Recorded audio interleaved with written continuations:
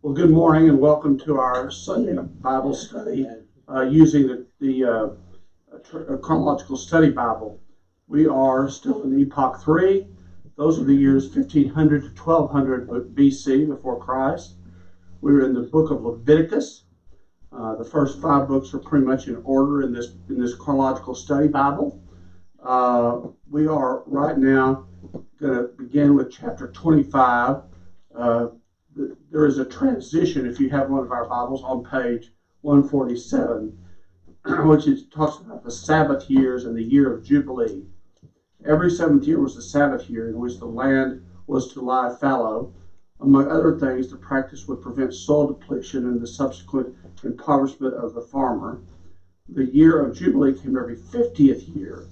Possibly no systematic harvesting of produce in the fields was permitted during the 7th or Jubilee years, although people might eat such produce in the fields. The regular means were to come from the excess of the previous year's supply.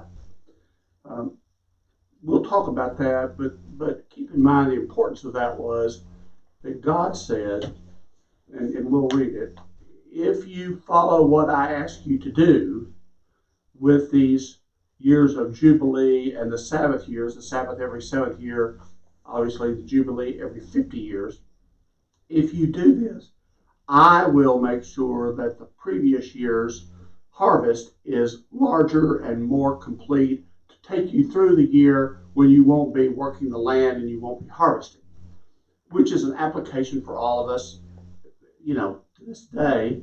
If we follow the Lord's commands, He will take care of us. He will bless us. He will do that. If we don't, we are on our own. Basically, is the way that reads. So we begin with chapter 25. The Lord said to Moses at Mount Sinai, speak to the Israelites and say to them, when you enter the land I'm going to give you, when you enter the land itself must observe a Sabbath to the Lord. For 6 years sow your fields, and for 6 years prune your vineyards and gather their crops. But in the 7th year the land is to have a year of Sabbath rest, a Sabbath to the Lord. Do not sow your fields or prune your vineyards. Do not reap what grows of itself or harvest the grapes from the unintended vines. The land is to have a year of rest. Whatever the land yields during the 7th year will be food for you, for yourself, for your male and female servants, and the hired workers and temporary residents who live among you. We're back to that. The temporary residents who live among you. There is a lot we've already heard God say.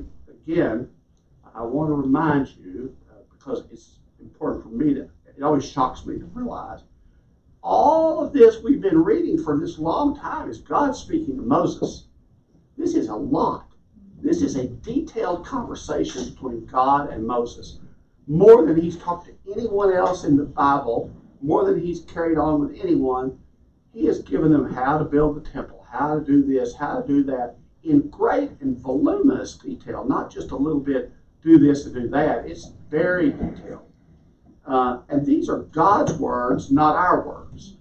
So I'm always shocked when I hear that. And so it says, and temporary resident who lives among you, as well as for your livestock and wild animals in your land, whatever the land produces may be eaten. So what they're saying is you can't work the land, but if you go out there and there are grapes on the vine, you can use those. Or if there's wheat laying there because it's been from the previous year or whatever, or it's grown during this year, you can have that, but you can't work the land. You can't make the land better. You can't do anything for it. You let it rest, which is kind of like crop rotation. People who understand that sort of thing tell me and care about it, that there's crop rotation, and the government, I understand, pays you to let you leave your land dormant for a year, which is a ludicrous thing, but nonetheless, God provides. through the government, and that's me providing that for you to do nothing for a year. That's what that implies. Said it in the Bible right there. I know it. I'm not saying I don't believe it. I'm saying I'm not happy about it. We don't have to be happy about it all. We just have to follow it.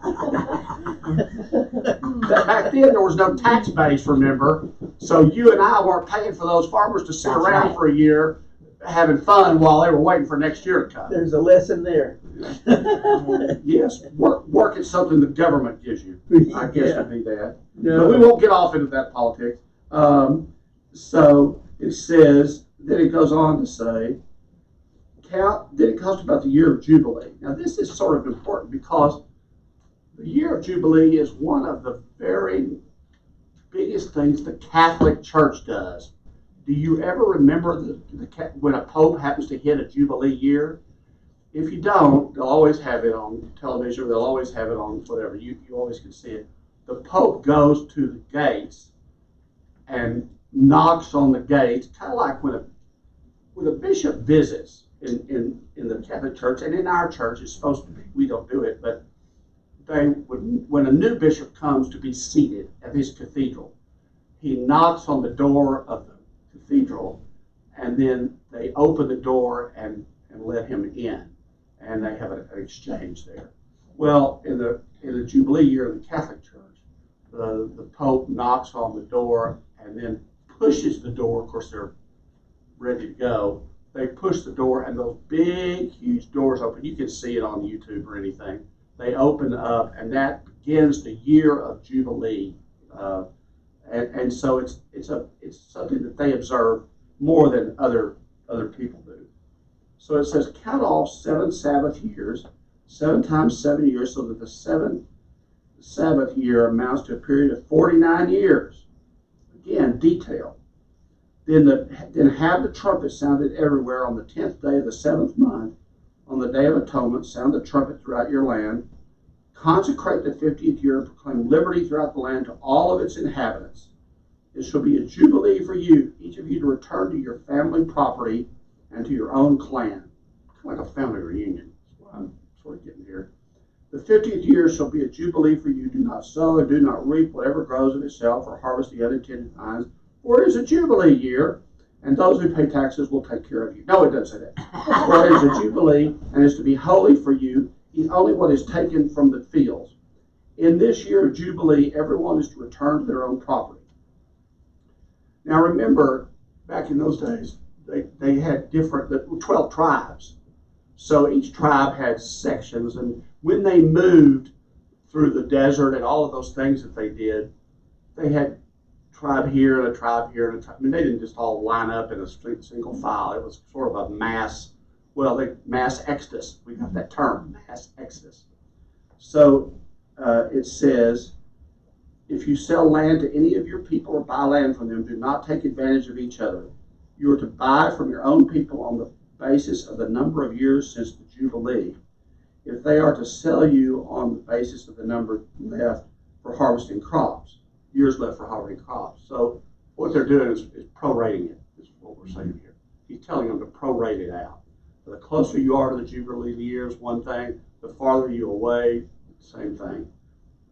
And then it says, when the years are many, you are to increase the price, and when the years are few, you are to decrease the price, because what is really being sold to you is the number of crops. So the closer you are to the Jubilee year, or the Sabbath year, the closer you are to it, the less they're going to hit a year of fallow where they're not going to make any money. They're going to live off previous years.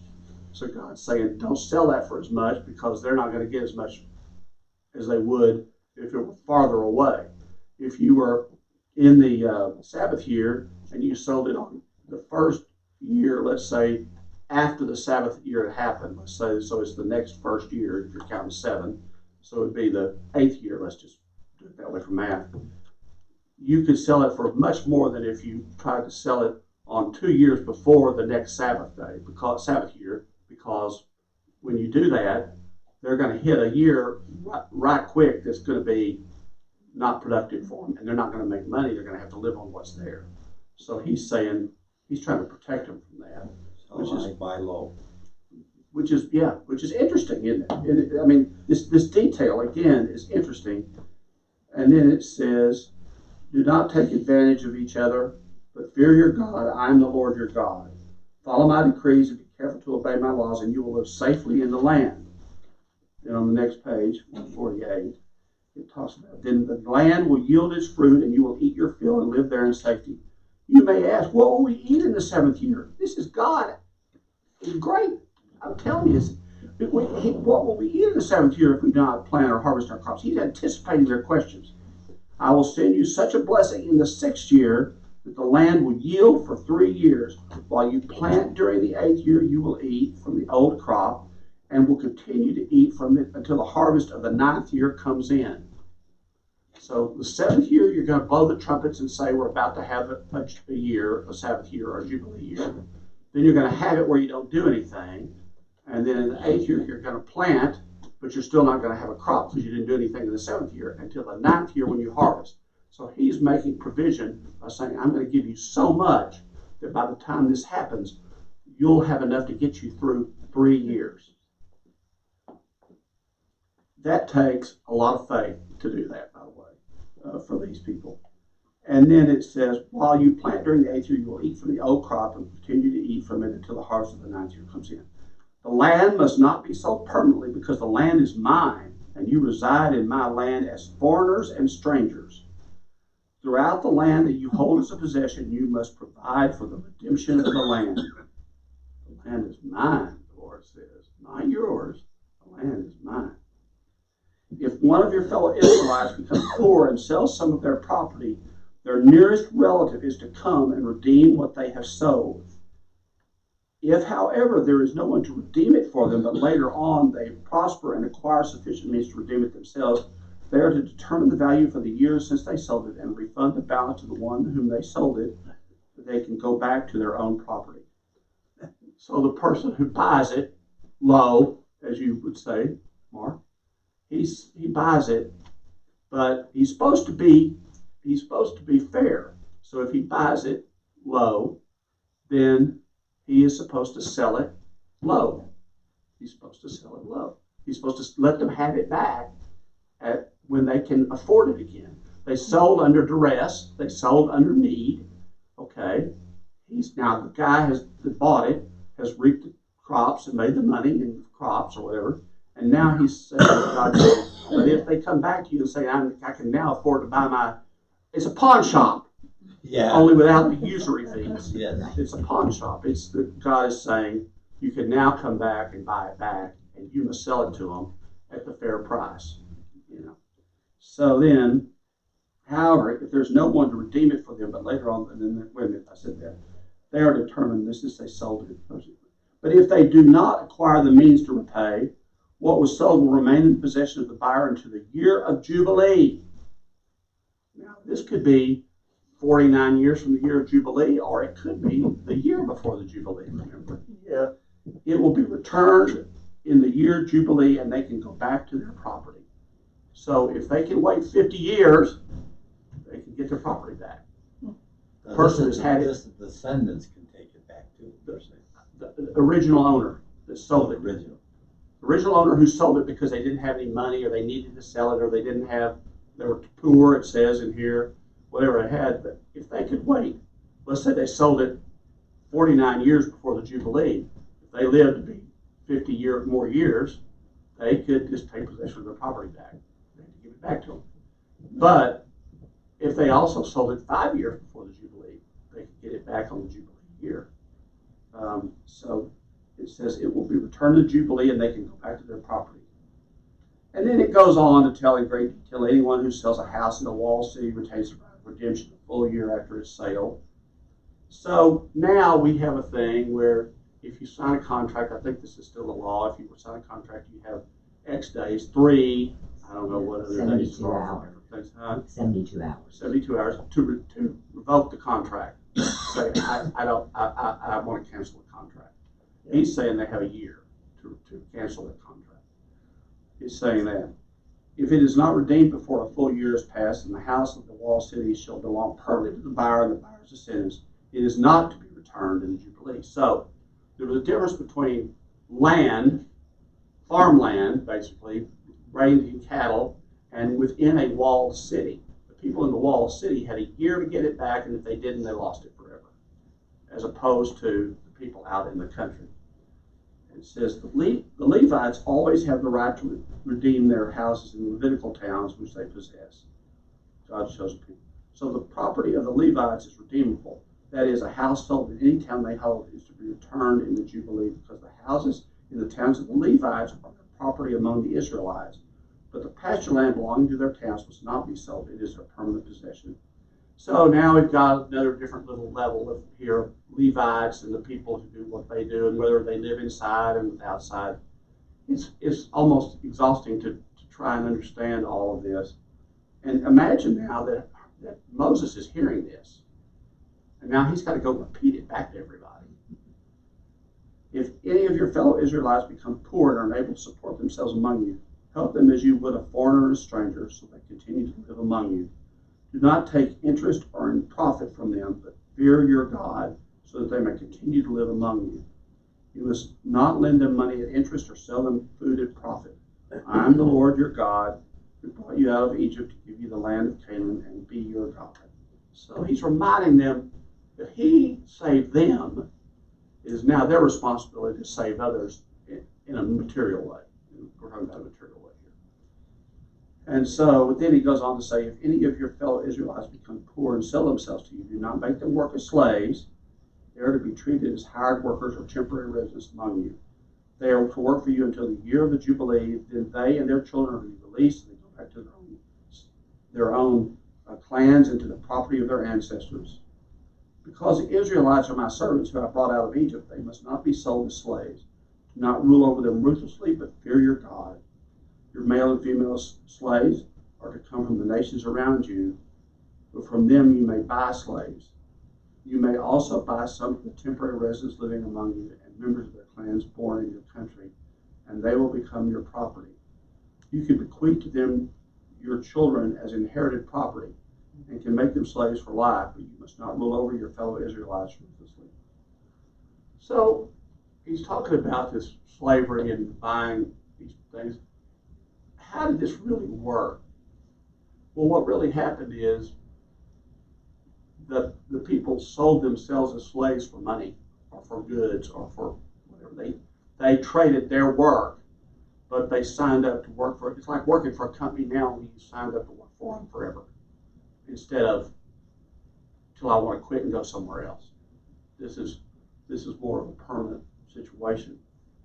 It says, if a foreigner residing among you becomes rich, and if your fellow Israelites become poor and sell themselves to the foreigner or to a member of the foreigner's clan, they retain the right of redemption after they have sold themselves. One of their relatives may redeem them, or an uncle or a cousin or any blood relative in their clan may redeem them. Or if they prosper, they may redeem themselves. This is like working. Okay, so later on in England, I know more about that than the other. In England, there would be what you all would call sharecroppers. So an earl would own a huge estate, and in that estate there would be people who live in houses that the earl or the duke or whoever owns, and they would live in this and they would work on the estate. They would do whatever they do. They would do crops, or they would raise animals, or they would do whatever they do. And they were the earls and dukes and people were supposed to be good providers for them, keep their houses in order, do all of these things that they were supposed to do, keep them safe, protect them with their armies, all of those things. David, we talked about King David protecting his people, and his army would come. We heard the story of the man who David came to kill, and his wife, remember, stepped out in the road and said, please don't do this, don't do this, because I am faithful. There was that story. So King David said, because of your faith, I will not. And then the man later on died. I mean, very quickly he died, but not from King David's hand. So they're saying all of these things. You may also buy some of the temporary residents living among you. And then it goes on to say, if a foreigner residing among you becomes rich and your fellow Israelites become poor to sell themselves to the foreigner or to a member of the foreigner's clan, they retain the right of redemption after they have sold themselves. And then it goes on finally, and it keeps going on about that, the year of Jubilee. And then the price for release is to be based on the rate paid to a hired worker for that number of years. So they're saying if the minimum wage was X, in our language, if the minimum wage was X for a year, and a relative or they themselves wanted to redeem themselves and buy themselves out of slavery or buy themselves out of this work contract, they could do it. And the basis of which they paid was the basis of what the going rate was for a year's work. Is that like an indentured servant? Very much like that. Yes, Brian, very much like that. An indentured servant, very much like that. The thought crosses my mind that if God was speaking to Moses and giving him all this detail, he must have had one heck of a memory. Well, you're right. That's what I was saying earlier. Remember, he's not writing. Well, we don't know that he didn't write it down, but he didn't have any. God gave him the tablets, if you recall, but that's not the case here. He doesn't say anything about that. But I'm like you. I think that, and also we don't know over what time period this was all said. In the Bible, we have it all just sort of in a big lump. But we don't know. This could have been this much today, and then 2 days later it could have been this much. And we just don't know any of that. We just don't know.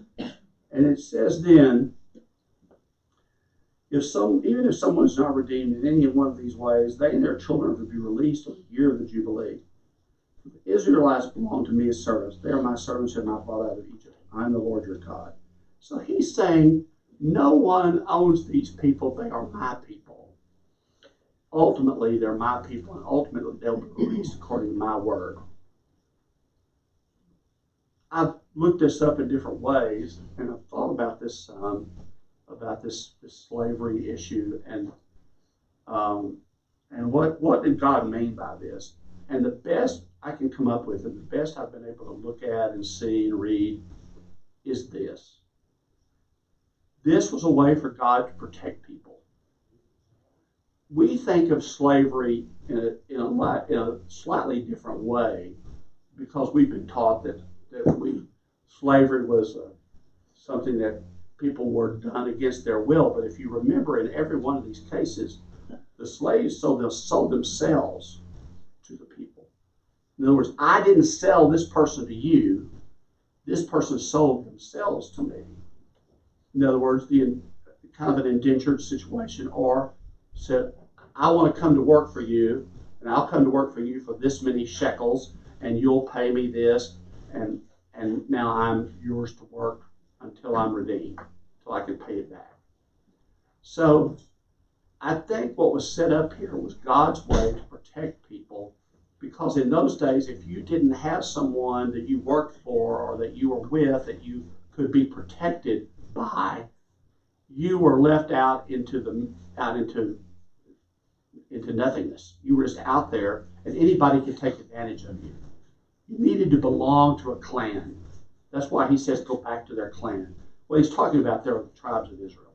So he's saying, you now have someone you belong to. You're protected, and you have chosen who you want to work for, and you have sold yourself to them, and your services. You've sold your services to them, and if you want to get out from that contract, if you want to break the contract, you can break the contract by doing it at a fair market price, or your family can. That's what we do today. You go to the bank and get a loan. Pretty much. Same way. They didn't have a sophisticated system we had, so it was just work, physical work for, and so. But in the 49th year, or the 50th year of the Jubilee, God said we're going to hit the restart button. Everybody gets to start over. Everybody's free. You're going to go back to your clan. You've done your work. But remember now, 49 years back then was a long time. Not for some of these biblical characters we've studied, but for a lot of them, it was a long time. So to be 20 years old and sell yourself as an indentured, or sell yourself as a person, a slave, and work for someone for 49, 48, 32, 20 years, and then the year of Jubilee comes and you're free. First of all, the person who hired you is pretty old, and you're not a young spring chicken. What do they do now?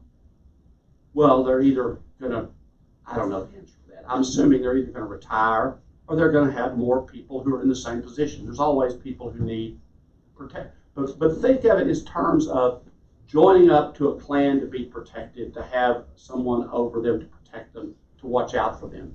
There weren't free agency was not a good thing back then. I mean, to be out there on your own and own your own land was very difficult because the 12 tribes of Israel owned everything. So you're going to pick which one of the tribes of Israel you want to go to, and then you'll go to that. And then when the year of Jubilee comes, you can go back. Let's say you were from one tribe of Israel and you went over here and signed up to do work there. At the Jubilee year, all bets are off, and you can go back to your own clan. And you may have made enough money, made enough help, made enough whatever, that you can go back there and retire or be. I'm just using that. He doesn't say that. I'm just saying. Yeah. You're able to do that. So If you died like halfway between the time, all forgiven. pretty much, I mean, there's nothing to do for it. So Yeah. you would be if they could. I would imagine they would return you to your clan for burial, but he doesn't say that here anywhere. Yeah. It's just that. This is probably also the basis for in the Negro black world, where they use in the spirituals and everything else, they use the term Jubilee. Yes, and they sing the songs, "Let My People Go." But you're right. The difference is here. They want a Jubilee year. The difference is that these people signed themselves up for this, whereas the African American slaves were taken against their will and brought to a different country, originally to England first, and Jamaica, where they worked on the plantations and things like that. But they didn't say, "I want to go work for you and you're going to give me money." That's not the way that worked. It was, "We're going to round you up, put you on a boat, send you to wherever we want you to work, and you're going to work for the rest of your life." It was a completely different situation. But they did hope for a Jubilee that would let them go. Yes, Brian, that's correct. Then it goes into, it says, reward for obedience in chapter 26. Do not make any idols or set up an image or a sacred stone for yourselves, and do not place a carved stone in your land to bow down to. I am the Lord your God. Observe my Sabbaths and have reverence for my sanctuary. I am the Lord. If you follow my decrees and are careful to obey my commandments, I will send you rain in its season, and the ground will yield its crops, and trees their fruit. Your threshing will continue until grape harvest, and grape harvest will continue until planting. You will get all the food you want and live in safety for your land. And then it says, I will grant you peace in the land, and you will lie down, and no one will make you afraid. And then it says, I will remove wild beasts from the land, and sword will not pass through your country. You will pursue your enemies, and they will fall by the sword before you. Which is a little bit interesting. It says the sword will not pass through your country, but then it says you will pursue your enemies, and they will fall by the sword. I'm not really sure about that. 5 of you will chase 100, and 100 of you will chase 10,000, and your enemies will fall by the sword before you. He's saying that I'm going to give you extraordinary power. That's what he's saying. I will look on you with favor and make you fruitful, increase your numbers, and I will keep my covenant with you. You will still be eating last year's harvest, but you will have to move it out to make room for the new. I will put my dwelling place among you, and I will not abhor you. I will walk among you and be your God, and you will be my people. For that, I am the Lord your God who brought you out of Egypt, so that you would no longer be slaves to the Egyptians. I broke the bars of your yoke and enabled you to walk with your heads held high. Those are the rewards for obedience. Those are the rewards for obedience. God is basically saying, I will bless you. I will bless you in every way possible. If you're obedient to my word, I will bless you. And then it goes on to say, what is the punishment for disobedience? And he says, but if you will not listen to me and carry out all these commands, and if you reject my decrees and abhor my laws and fail to carry out my commands and so violate my covenant, then I will do this to you. I will bring on sudden terror, wasting diseases, and fever. You will destroy your sight and sap your strength. You will plant seed in vain because your enemies will eat it. I will set my face against you so that you will be defeated by your enemies. What does it mean? I will set my face against you. I'll look the other way. I'll look the other way. I'll ignore your plight. And then it goes on. After all this, you will not listen to me. I will punish you for your sins 7 times over. I I will break down your stubborn pride and make the sky above you like iron and the ground beneath you like bronze. Your strength will be spent in vain because your soul will not yield its crops, nor will the trees of your land yield their fruit. If you remain hostile toward me and refuse to listen to me, I will multiply your afflictions 7 times over, as your sins deserve. I will send wild animals against you, and will rob you of your children, destroy your cattle, and make you so few in number that your roads will be deserted. In spite of these things, you do not, if in spite of these things you do not accept my correction, but continue to be hostile toward me, I myself will be hostile towards you and will afflict you for your sins 7 times over. I will bring the sword on you to avenge the breaking of the covenant. When you have drawn to your cities, I will send a plague among you, and you will be given into enemy hands. When I cut off your supply of bread, 10 women will be able to bake your bread in one oven. You will dole out the bread by weight. You will eat. You will not be satisfied. And then it goes on to say about how you will get so hungry you'll eat the flesh of your sons and the flesh of your daughters. I will destroy your high places, cut down your incense altars, and pile your dead bodies on lifeless forms on your idols. I will abhor you. I mean, it just goes on to this very detailed, horrible things that he's going to do. And then, it's for those of you who are left, I will make your heart so fearful in the lands of the enemies that the sound of a wind-blown leaf will send them into flight. You will run as though fleeing from the sword, and they will fall, even though no one is pursuing them. They will stumble over one another as though fleeing from the sword, even though no one is pursuing them. So you will not be able to stand before your enemies. You will perish among the nations. The land of your enemies will devour you. Those who are left will waste away in the lands of their enemies because of their sins. Also because of their ancestors, they will waste away.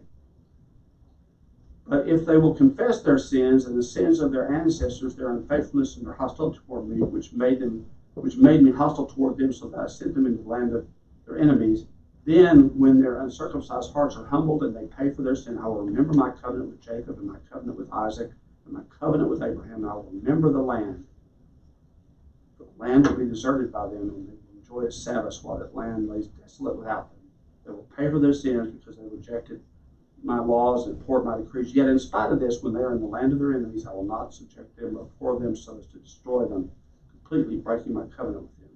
I am the Lord their God, but for their sake I will remember the covenant with their ancestors whom I brought out of Egypt, in the land of the nations, to be their God. I am the Lord. These are the decrees, the laws, and the regulations the Lord established at Mount Sinai between himself and the Israelites through Moses. Whew. Such parallels today. We have a lot of bad stuff coming. Well, that's a lot of people, especially preachers, like to go back and quote this. Yeah. When they talk about the diseases, what are they trying to talk about? Yeah. They used it a lot years ago. They don't talk about it much anymore. AIDS. Mm-hmm. They talk about those kinds of things, those kinds of diseases for people who abhor. God used the word abhor my covenant. Yeah. Abhor my covenant. Yeah. I will send things upon you. I will send disease upon you. I will send armies to defeat you. I will scare you so bad that you will think that there are armies after you, and nothing is nothing but a leaf falling, and you will run and you will fall over yourself. It says.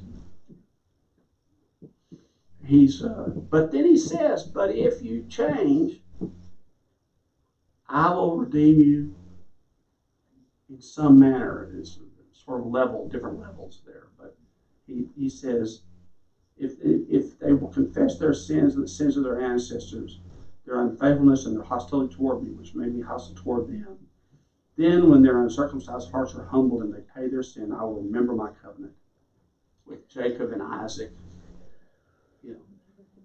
So he's telling them, you don't have to do this. You can confess your sins, just like we do. You can confess your sins, and I will help you. I will redeem you. I will raise you up again. But he's also telling them that really horrible things are going to come your way. And if you take this and you go to the book of Revelation, where it talks about what will happen before Jesus comes again, and all of the things that will happen. Some people say, well, now that's where we're starting now. Other people will say, well, we're still in Genesis now. they can't make up their mind. But where are we on the chronological line of the Bible? Mhm. But I would say it's closer to the end than this, simply because in the middle Jesus came, and that broke this Old Testament. All this was said in the Old Testament was broken, and it went under the new law with Jesus when he came. And then, of course, John had the revelation to him. So I think this is a fascinating thing, not in the detail itself, but in the fact that God is anticipating all the things that could possibly happen. And in those days, they didn't have the world we have. So they had a world where people worked in the fields. So it was an agricultural world. Except now, for the first time, we hear about what happens within the city walls. Now, this is the first time we hear about inside the city walls and what happens to your property there, which is different from what your property is out in the country. And I think that's interesting. This is now the first time we hear about that.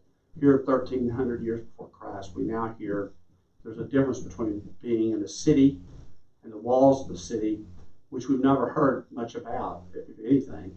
And we now hear about the walls of the city versus the agricultural economy that most people have lived through. But remember, this all happened because of their 40 years wandering in the desert. Yeah. So they didn't have a city. They didn't have walls. They just set up camp. And they had the 12 tribes of Israel, and they just set up camp. So this was to help people understand that what you have to offer to God can be redeemed, and what you have to offer to God has to be controlled. So God's saying, what you have to offer to God is yourself. You have to offer to God. You sell yourself to be a slave, in their phrase. I'm not sure that if this was redone, they would say slave. I ought to look in the Bible, the Message, and see what it says there. But he would say, this is all you have. We talked about this much earlier. All people had was crops. All they had were animals. When they gave, did you notice that nobody gave money? In all this we've read about giving gifts to the priest and the altar and doing all that, it was always they had animals. They didn't have money. They only had animals. They had birds and they had lambs and they chose the most perfect among them. So it's a lot different. But we are slowly moving now, talking about the city, we're now slowly moving into a little different area of where people are. They're now in walled cities, we have learned here at this late date. Maybe it's not so late, but we've learned that there is now this. And so God has treated it differently for whatever reason. And they have a different way to redeem what they own. But God is trying to give them rules to redeem things because he knows that they don't have any way to know how to do it. They have nothing. They have no laws. They have nothing. They have the 10 Commandments by now, but the 10 Commandments don't give the solutions. They tell you what you won't do and what you should do. Don't commit murder, honor thy father and mother. But they don't say, if something happens here, how do you settle it? God is telling them how to settle everything. And he's doing it by saying, this is what will happen. And he gives them a year of the Sabbath, the 7th year. And he gives them the 50th year, the year of the Jubilee. And he tells them, no, I'm going to provide for you so that when you have these down years, you won't lose anything if you're faithful to me. So my question is, they showed a great deal of faith. Oh, if we had that same faith, if we trusted God to take care of us the way they had to trust God. Now, what we don't know is how many people trusted him and how many people went their own way. It doesn't say that here. I would assume that some of the people went their own way.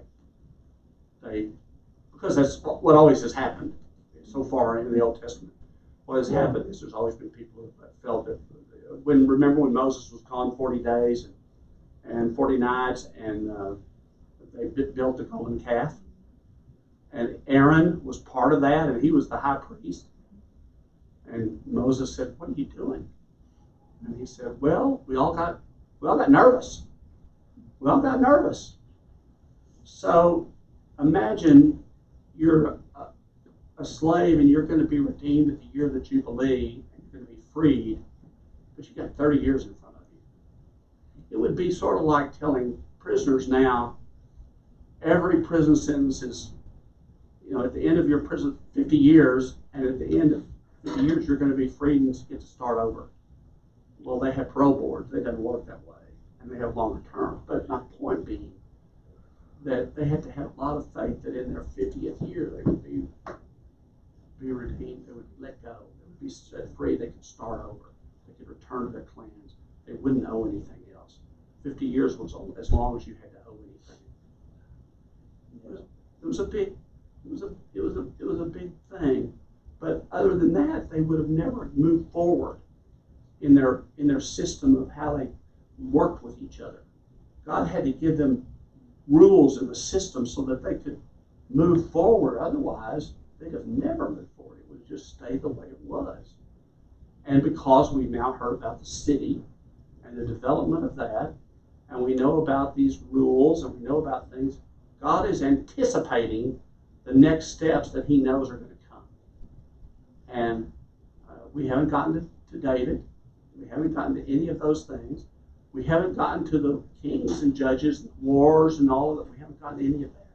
But if he hadn't put these things in practice, when all of that happened, it would have been really difficult.